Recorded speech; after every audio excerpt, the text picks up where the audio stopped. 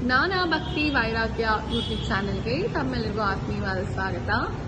ಇವತ್ತು ಚಾಮರಾಜಪೇಟೆಯಲ್ಲಿರುವಂತಹ ಸಮೀಪುರದಲ್ಲಿರುವಂತಹ ಶ್ರೀ ಸೀತಾರಾಮ ಆಂಜನೇಯ ಸ್ವಾಮಿಯ ಅರ್ಚಕರಾದ ನಮ್ಮೆಲ್ಲರ ಇಷ್ಟವಾದ ಅರ್ಚಕರಾದ ಶ್ರೀ ನಾರಾಯಣ ಆಚಾರ್ಯರಾವ್ ಅವರೊಂದಿಗೆ ಒಂದು ಸಂದರ್ಶನವನ್ನು ಮಾಡ್ತಾ ಇದ್ದೀವಿ. ಅದು ಎಲ್ರಿಗೂ ಇವತ್ತು ಆಶ್ಚರ್ಯ ಏನಂದ್ರೆ, ಈಗಾಗಲೇ ನಾವು ಅಧಿಕ ಮಾಸದಲ್ಲಿದ್ದೀವಿ. ಅಧಿಕ ಮಾಸ ಅಂದ್ರೆ ಏನು, ಅಧಿಕ ಮಾಸದ ಮಹತ್ವ, ಅದಕ್ಕೆ ಕೊಡಬೇಕಾಗಿರುವಂತಹ ದಾನಗಳನ್ನ ಎಷ್ಟೊಂದು ಜನ ಎಷ್ಟೋ ಯೂಟ್ಯೂಬ್ ಚಾನೆಲ್ ಅಲ್ಲಿ ನೋಡಿರ್ತೀರ. ಆದರೆ ಇವತ್ತು ಕೂಡ ಅದ್ರ ಬಗ್ಗೆ ಒಂದು ವಿಶ್ಲೇಷಣವಾಗಿ ಸಂದರ್ಶನವನ್ನ ಮಾಡೋಣ ಅಂತ ನಾವು ಆಚಾರ್ಯರೊಂದಿಗೆ ಮಾತುಕತೆಯನ್ನ ಮಾಡ್ತಿದ್ದೀವಿ. ಹೇಳಿ ಆಚಾರ್ಯ, ಅಧಿಕ ಮಾಸ ಅಂದ್ರೆ ಏನು?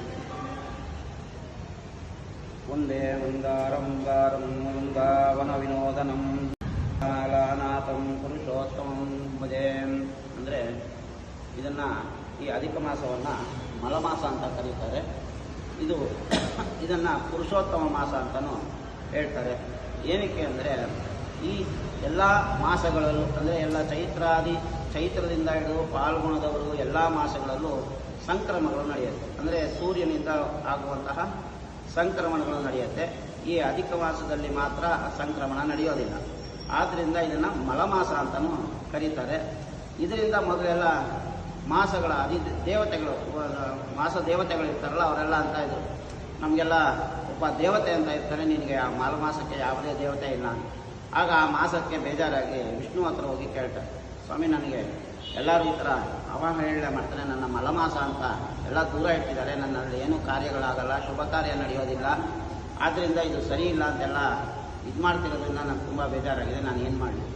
ಆವಾಗ ಮಹಾವಿಷ್ಣು ಹೇಳ್ತಾನೆ, ನಿನ್ನ ಮಾಸಕ್ಕೆ ನಾನೇ ಅಧಿಪತಿಯಾಗಿರ್ತೇನೆ, ಏನು ಪುರುಷೋತ್ತಮ ರೂಪಿಯಾಗಿ ಅಧಿಪತಿಯಾಗಿರ್ತೇನೆ ಅಂತ ಮಹಾವಿಷ್ಣುವಿಗೆ ಇದು ಮಾಡಿರೋದಕ್ಕೋಸ್ಕರ ಮಲಮಾಸದ ಅಧಿದೇವತೆ ಏನಾಗ್ತದೆ, ಪುರುಷೋತ್ತಮ ಅನಾಗ್ತಾನೆ.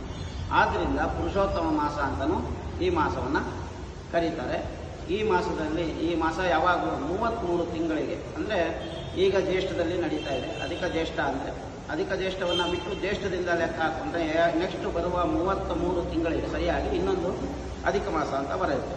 ಈ ಅಧಿಕ ಮಾಸದಲ್ಲಿ ಏನು ಅಂದರೆ ವಿಶೇಷವಾಗಿ ಅಪೋಪದಾನವನ್ನು ಮಾಡ್ತಾರೆ. ಅಪೋಪದಾನ ಅಂದರೆ ಏನು ಅಂದರೆ ಬೆಲ್ಲ, ಅಕ್ಕಿ ಅದನ್ನೆಲ್ಲ ಕುಟ್ಬಿಟ್ಟು ಅದನ್ನು ತುಪ್ಪದಲ್ಲಿ ಕರೆದು ಒಬ್ಬ ಬ್ರಾಹ್ಮಣನಿಗೆ ಅದನ್ನು ದಾನ ಮಾಡಬೇಕು. 33 ಸಂಖ್ಯೆಯಲ್ಲಿ ದಾನವನ್ನು ಮಾಡಬೇಕಾಗುತ್ತೆ. ಈ ಅಪೂಪವನ್ನು ಮಾಡುವಾಗ ಆ ಅಪೂಪದಲ್ಲಿ ಎಷ್ಟು ರಂಧ್ರಗಳು ಬೀಳುತ್ತೋ, ಅಂದರೆ ನಾವು ಕೈಯಿಂದ ಹಾಕೋದಲ್ಲ, ಆ ಕರೆಯುವಾಗ ಅದರಲ್ಲಿ ಎಷ್ಟು ರಂಧ್ರಗಳು ಬರುತ್ತೋ ಅಷ್ಟು ವರ್ಷ ಅವನು ಸ್ವರ್ಗದಲ್ಲಿ ವಾಸವಾಗಿರ್ತಾನೆ ಅಂತ ಹೇಳ್ತಾರೆ. ಯಾರು ದಾನ ಕೊಟ್ಟವರು ಸ್ವರ್ಗದಲ್ಲಿ ವಾಸವಾಗಿರ್ತಾರೆ. ಅಂದರೆ ಅವರು ಏನೇ ಈ ಮಾಸದಲ್ಲಿ ಮಾಡುವಂತಹ ಕರ್ಮಗಳು ಏನೇ ಮಾಡ್ತಾರೋ, ಅಂದರೆ ಈ ಮಾಸಕ್ಕಿರೋದೇ ಬರೀ ದಾನ ಪುಣ್ಯ ಕಾರ್ಯಗಳಿಗೆ ಮಾತ್ರ ಇದರ ಸೀಮಿತ. ಇದರಲ್ಲಿ ಯಾವುದೇ ರೀತಿಯ ಶ್ರಾದ್ದಾದಿಗಳಾಗಲಿ, ಹೋಮಾದಿಗಳಾಗಲಿ, ವಿಶೇಷ ಹೋಮ ಹವನಗಳಾಗಲಿ ಏನೂ ಮಾಡೋಂಗಿಲ್ಲ. ಇದು ಏನಿದ್ರು ಬರೀ ದೇವತೆಗಳನ್ನೇ ಮೀಸಲಿಟ್ಕೊಂಡಂತಹ ಮಾಡುವಂತಹ ಕಾರ್ಯಗಳನ್ನು ಮಾತ್ರ ಮಾಡಬೇಕು. ಇದರಲ್ಲಿ ಏನಿದ್ರು ಪಾರಾಯಣ, ವಿಷ್ಣು ಸಹಸ್ರನಾಮ ಪಾರಾಯಣ, ಆಮೇಲೆ 33 ಹೆಜ್ಜೆ ನಮಸ್ಕಾರ ಹಾಕೋದು, 33 ದೀಪ ಹಾಕೋದು, 33 ದಾನವನ್ನು ಮಾಡೋದು, ಆಮೇಲೆ ಹೆಂಗಸರು ಏನಾದರೂ ಇದ್ದರೆ ಅವರು 33 ಮುತ್ತೈದೆಯರಿಗೆ ಬಾಗಣವನ್ನು ಕೊಡೋದು. ಈ ಥರ ಎಲ್ಲ 33 ಸಂಖ್ಯೆಯಲ್ಲಿ ಅದನ್ನು ಕೊಡಬೇಕಾಗುತ್ತೆ. ಈ 33 ಸಂಖ್ಯೆ ಏನು ಅಂದರೆ, ಈ 33 ಸಂಖ್ಯೆಯಲ್ಲಿ 33 ದೇವತೆಗಳು ಇರ್ತಾರೆ. ಒಂದೊಂದರಲ್ಲೂ ಒಬ್ಬೊಬ್ಬ ದೇವತೆಗಳಂತ ಲೆಕ್ಕ ಹಾಕ್ಕೊಂಡು ಏಕಾದಶ ರುದ್ರರು, ದ್ವಾದಶ ಆದಿತ್ಯರು, ಏಕಾದಶ ರುದ್ರರು ಇವರೆಲ್ಲ ಇರೋದ್ರಿಂದ ಒಟ್ಟು 33 ಭಗವತ್ ರೂಪಗಳನ್ನು ಚಿಂತನೆ ಮಾಡಬೇಕಾಗುತ್ತೆ. ಇದರಲ್ಲಿ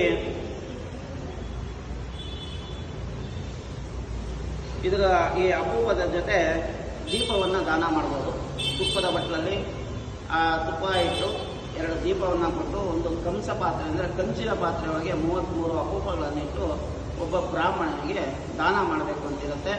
ಈ ದಾನ ಮಾಡುವಾಗ ಹೇಳಬೇಕು, ವಿಷ್ಣುವಿನ 33 ರೂಪಗಳನ್ನು ಅದರಲ್ಲಿ ಚಿಂತನೆ ಮಾಡಬೇಕು. ಅದೇನೆಂದರೆ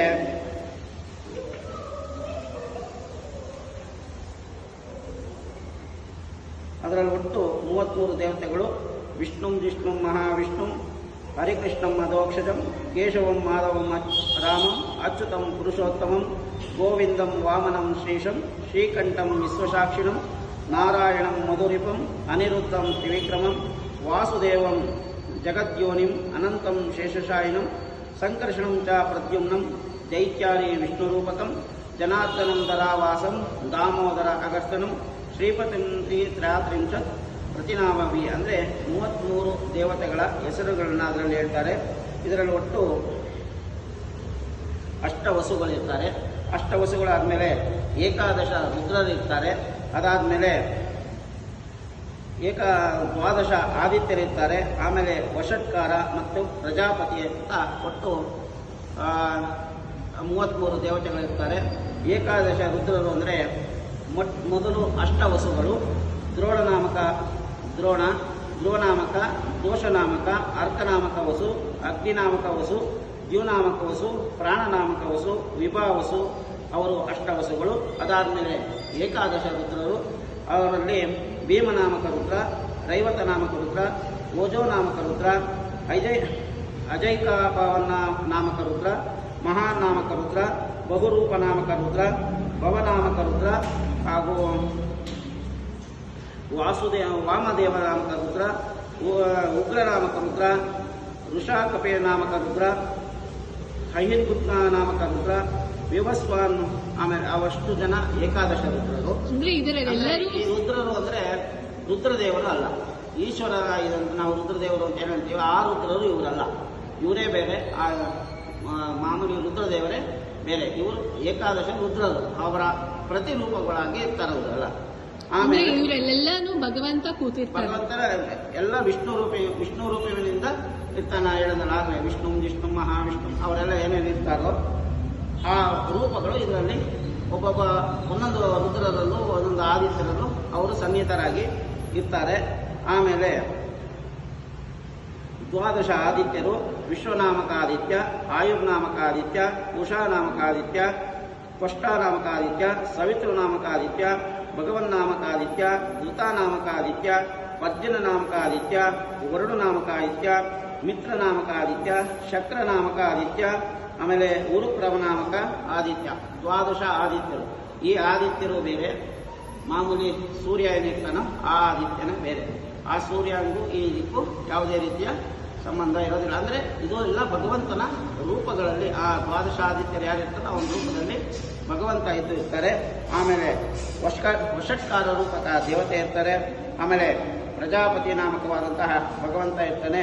ಇವರೆಲ್ಲ ಇದ್ದು ಇಷ್ಟು ಜನವನ್ನ ಆ ಅಪೂಪದಲ್ಲಿ 33 ಅಪೂಪಗಳಲ್ಲಿ ಏನು 33 ಸಂಖ್ಯೆ ಅಂತ ಹೇಳಿರ್ತೀವೋ ಆ ಸಂಖ್ಯೆಯಲ್ಲಿ ಇಷ್ಟು ಭಗವಂತನನ್ನ ಆಹ್ವಾನ ಮಾಡಿ ಒಬ್ಬ ಬ್ರಾಹ್ಮಣನಿಗೆ, ಅಂದರೆ ಯೋಗ್ಯವನಾದ ಬ್ರಾಹ್ಮಣ, ಅದನ್ನು ಅವರು ಉಪಯೋಗಿಸಬೇಕು. ಅಂತ ಬ್ರಾಹ್ಮಣನಿಗೆ ಕೊಟ್ಟು ದಾನವನ್ನು ಮಾಡಬೇಕು. ಇದರ ಜೊತೆಗೆ ನೀವು ಪಂಚೆ ಏನೇನು ಕೊಡ್ತೀರೋ, ಅಂದರೆ ಬ್ರಾಹ್ಮಣನಿಗೆ ಉಪಯುಕ್ತವಾದಂತಹ ವಸ್ತುಗಳನ್ನೆಲ್ಲ ದಾನ ಮಾಡ್ಬೋದು. ಅಂದರೆ ಇದರಲ್ಲಿ ಏನು ಅಂದರೆ 33 ಅನ್ನೋದನ್ನ 2-3 ಸಂಖ್ಯೆಗಳಲ್ಲಿ ಇದು ಮಾಡ್ಬೋದು. ಈಗ ನಾವು ದಾನ ಕೊಡೋ ದಿನ ನಾವು ಯಾವುದೇ ಗುರುಗಳಿಗೆ ಕೊಡ್ಬೇಕಾದ್ರೂ ಕೂಡ ಅದಕ್ಕೊಂದು ಪದ್ಧತಿ ಇದೆಯಾ ಆಚಾರ್ಯ, ಅಥವಾ ಯಾವ ದಿನ ಬೇಕಾದ್ರೂ ಕೊಡ್ಬೋದಾ? ಅಂದ್ರೆ ಈಗ ಇದರಲ್ಲಿ ಏನು ಅಂದ್ರೆ ಹುಣ್ಣಿಮೆಯಿಂದ ಅಂದ್ರೆ ಅಮಾವಾಸ್ಯೆ ಆದ ನಂತರ ಪ್ರತಿಪತ್ತೆಯಿಂದ ಹುಣ್ಣಿಮೆವರೆಗೂ ಒಂದು ದಾನ ಅಂತ ಲೆಕ್ಕ, ಒಂದು ಲೆಕ್ಕ ಇರುತ್ತೆ. ಆಮೇಲೆ ಇನ್ನೊಂದೇನಂದ್ರೆ ಹುಣ್ಣಿಮೆ ಆದ ನಂತರ ಪಾಠದಿಂದ ಅಮಾವಾಸ್ಯೆವರೆಗೂ ಇರುತ್ತೆ. ಅಂದ್ರೆ 1 ತಿಂಗಳು ಇರುತ್ತೆ. ಇದ್ರ ಏನು ಅಂದ್ರೆ ಕೆಲವರೆಲ್ಲ ಏನಂತ್ಕೊಂಡಿದ್ದಾರೆ ಅಂದ್ರೆ ಹುಣ್ಣಿಮೆಯ ಒಳಗೆ ಕೊಡಬೇಕು. ಯಾಕಂದ್ರೆ ಹುಣ್ಣಿಮೆ ಒಳಗಾದ್ರೆ ವೃದ್ಧಿ ಆಗತ್ತೆ, ಚಂದ್ರ ವೃದ್ಧಿ ಆಗ್ತಾನೆ, ಅದರಿಂದ ನಮ್ಗೆಲ್ಲ ವೃದ್ಧಿ ಆಗತ್ತೆ. ಅಮಾವಾಸ್ಯೆ ಕಡೆ ಕೊಟ್ಟರೆ ಏನಾಗುತ್ತೆ, ಎಲ್ಲ ಕ್ಷಯವಾಗತ್ತೆ ಅಂತ ಅನ್ಕೊಂಡಿರ್ತಾರೆ. ಅದಂಗಲ್ಲ, ಯಾವ್ದು ದಿನಗಳಲ್ಲಾದ್ರೂ ಕೊಡಬಹುದು. ಈ ಅಪೂಪವನ್ನ ಯಾವ ದಿನ ಆದ್ರೂ ಕೊಡಬಹುದು. ಅದರಲ್ಲೂ ವಿಶೇಷವಾಗಿ ದ್ವಾದಶಿ, ಏಕಾದಶಿ ಇರೋದಿಲ್ಲ, ದ್ವಾದಶಿ, ಚತುರ್ದಶಿ ಆ ಥರ ದಿನಗಳಲ್ಲಿ, ಅಮಾವಾಸ್ಯೆಯ ಹಿಂದಿನ ಚತುರ್ದಶಿ, ದ್ವಾದಶಿ, ತ್ರಯೋದಶಿ ಆ ಥರ ದಿನಗಳಲ್ಲಿ ಅಪೂಪವನ್ನು ದಾನ ಮಾಡಬಹುದು. ಆಮೇಲೆ ಅದನ್ನ ಸಾಮಾನ್ಯ ಜನರಿಗೆ ಪ್ರಸಾದ ರೂಪದಲ್ಲಿ ಕೊಡಬಹುದಾ ಅಥವಾ ಬ್ರಾಹ್ಮಣನಿಗೆ ಕೊಡಬಹುದು? ಈಗ ಬ್ರಾಹ್ಮಣರಿಗೆ ಕೊಟ್ಟು ಬ್ರಾಹ್ಮಣರಿಂದ ಪ್ರಸಾದವನ್ನ ಇಸ್ಕೋಬೇಕು. ಯಾರೇ ಬ್ರಾಹ್ಮಣನಿಗೆ 33 ದಾನ ಕೊಟ್ಟಿದ್ರು ಆ ಬ್ರಾಹ್ಮಣನಿಂದ ಒಂದು 5-6 ಪ್ರಸಾದ ಥರ ತಗೊಂಡು ಅದು ಎಲ್ಲರಿಗೂ ಹಂಚ್ಬೋದು. ಒಬ್ಬ ಬ್ರಾಹ್ಮಣನೇ ತಿನ್ನಬೇಕು ಅಂತಿಲ್ಲ, ಯಾಕಂದರೆ ಒಬ್ಬ ಬ್ರಾಹ್ಮಣನೇ ಎಲ್ಲ 33 ಕೋಪಗಳನ್ನು ತಿನ್ನೋದಿಲ್ಲ. ಆದ್ದರಿಂದ ಅದನ್ನು ಪ್ರಸಾದ ರೂಪವಾಗಿ ಆ ಬ್ರಾಹ್ಮಣ ಒಂದೆರಡು ಇಟ್ಕೊಂಡು ಅವನು ಪ್ರಸಾದವನ್ನು ಕೊಡಬೇಕು. ಅಂದರೆ 33 ದೇವತೆಗಳ ಆಹ್ವಾನ ಮಾಡಿರೋದ್ರಿಂದ ಎಲ್ಲರಿಗೂ ಸೇರುವುದಕ್ಕೋಸ್ಕರ 33 ಸಂಖ್ಯೆಯಲ್ಲಿ ಎಲ್ಲರಿಗೂ ಕೊಡ್ಬೋದು. ಇನ್ನೂ ಒಂದು ಏನು ಹೇಳ್ತಾರೆ ಅಂದರೆ ಈ ಸಾಕ್ಷಾತ್ ಇದು ಪುರುಷೋ, ಆಮೇಲೆ ಇನ್ನು 33 ಸಂಖ್ಯೆಯಲ್ಲಿ ದಾನ ಮಾಡಬೇಕು ಅಂತ ಹೇಳ್ತಾರೆ. ಈ 33 ಸಂಖ್ಯೆ ಅಂದರೆ ಅಂಕಿಗಳನ್ನು, ಅಂದರೆ 33 ಅಂಕಿಗಳು ಅಂತ ಲೆಕ್ಕ ಹಾಕೊಂಡ್ರೆ 3 ಅಂತ ಹಾಕಿದ್ರೆ 3 + 3 ಅಂದರೆ 6 ಆಗುತ್ತೆ. ಆ ಬರುವ ಮತ್ತು 6 ಅಂದರೆ ಅದು ಅರಿಷಟ್ ವರ್ಗಗಳ ಮೇಲಿನ ಹಿಡಿತವನ್ನು, ಅದರಿಂದ ಅರಿಷಟ್ ವರ್ಗಗಳ ಹಿಡಿತವನ್ನು ಜಯ ಮಾಡ್ಕೋಬೇಕು ಅನ್ನೋದಕ್ಕೊಂದು 33 ಆಗುತ್ತೆ. ಆಮೇಲೆ ಅದನ್ನು ಗುಣಿಸಿದರೆ 3 ಗುಣಿಸಿದರೆ ಏನಾಗುತ್ತೆ 9 ಬರುತ್ತೆ. ಆ 9 ಅನ್ನೋದು ನವವಿಧ ಭಕ್ತಿಗಳು, ಅಂದರೆ ನವವಿಧ ಭಕ್ತಿಯಲ್ಲಿ ಪುರುಷೋತ್ತಮನನ್ನು ಆರಾಧನೆ ಮಾಡಬೇಕು ಅಂತ ಹೇಳ್ತಾರೆ. ಆಮೇಲೆ ಇನ್ನು ಈ 3ರಿಂದ ಭಾಗಿಸಿದ್ದಾರೆ 1 ಅಂತ ಬರುತ್ತೆ. ಆ 1 ಅಂದರೆ ಪರಮಾತ್ಮ ಅಂತ ಲೆಕ್ಕ ಹಾಕ್ಕೋಬೇಕು. ನೀವೇನೇ ಮಾಡಿದರೂ ಇದೆಲ್ಲ ಶ್ರೀ ಪರಮಾತ್ಮನಿಗೆ ಸೇರುತ್ತೆ ಅನ್ನೋದ್ರಿಂದ ಎಲ್ಲ ಯಾರೇ ನಮಸ್ಕಾರ ಮಾಡಿ ಏನೇ ಮಾಡಿದ್ರು ಅದು ಪುರುಷೋತ್ತಮನಿಗೆ ಸೇರುತ್ತೆ ಅನ್ನೋದಕ್ಕೋಸ್ಕರ 3ರಿಂದ ಭಾಗಿಸಿದ್ರೆ ಏನಾಗುತ್ತೆ 1 ಬರೋದ್ರಿಂದ ಸರ್ವೋತ್ತಮನಾದ ಶ್ರೀ ವಿಷ್ಣುವೇ ಪರಮಾತ್ಮ ಆದ್ದರಿಂದ ಪುರುಷೋತ್ತಮನನ್ನೇ ವಿಶೇಷವಾಗಿ ಇದರಲ್ಲಿ ಆರಾಧನೆ ಮಾಡೋದ್ರಿಂದ ಎಲ್ಲರಿಗೂ ಒಳ್ಳೆ ಶಾಂತಿ, ಸುಖ, ಶಾಂತಿ ಎಲ್ಲ ಸಿಗುತ್ತೆ. ಜ್ಞಾನ, ವೈರಾಗ್ಯ, ಭಕ್ತ್ಯಾದಿಗಳು ಎಲ್ಲ ಸಿಗುತ್ತೆ. ಆದ್ದರಿಂದ ಪುರುಷೋತ್ತಮ ಮಾಸದಲ್ಲಿ ಆದಷ್ಟು ಪಾರಾಯಣ, ಧ್ಯಾನ, ನಮಸ್ಕಾರ, ಬತ್ತಿ ದಾನಗಳು ಈ ಥರ 33 ಸಂಖ್ಯೆಯಲ್ಲೆಲ್ಲ ದಾನ ಮಾಡಬಹುದು ಅಂತ ಹೇಳ್ತಾ ಇದ್ದೀನಿ. ಶ್ರೀಕೃಷ್ಣ. ಇಷ್ಟೊತ್ತು ನಮ್ಮೊಟ್ಟಿಗೆ ಜ್ಞಾನ, ಭಕ್ತಿ, ವೈರಾಗ್ಯ ಯೂಟ್ಯೂಬ್ ಚಾನೆಲ್ ಒಂದಿಗೆ ಇಷ್ಟೊತ್ತು ಅಧಿಕ ಮಾಸದ ಮಹತ್ವವನ್ನ ತಿಳಿಸ್ಕೊಟ್ಟಿದ್ದಕ್ಕೆ ತಮಗೆ ಆತ್ಮೀಯವಾದ ಧನ್ಯವಾದಗಳು ಆಚಾರ್ಯ. ನಮಸ್ಕಾರ. ಕೃಷ್ಣಾರ್ಪಣಮಸ್ತು.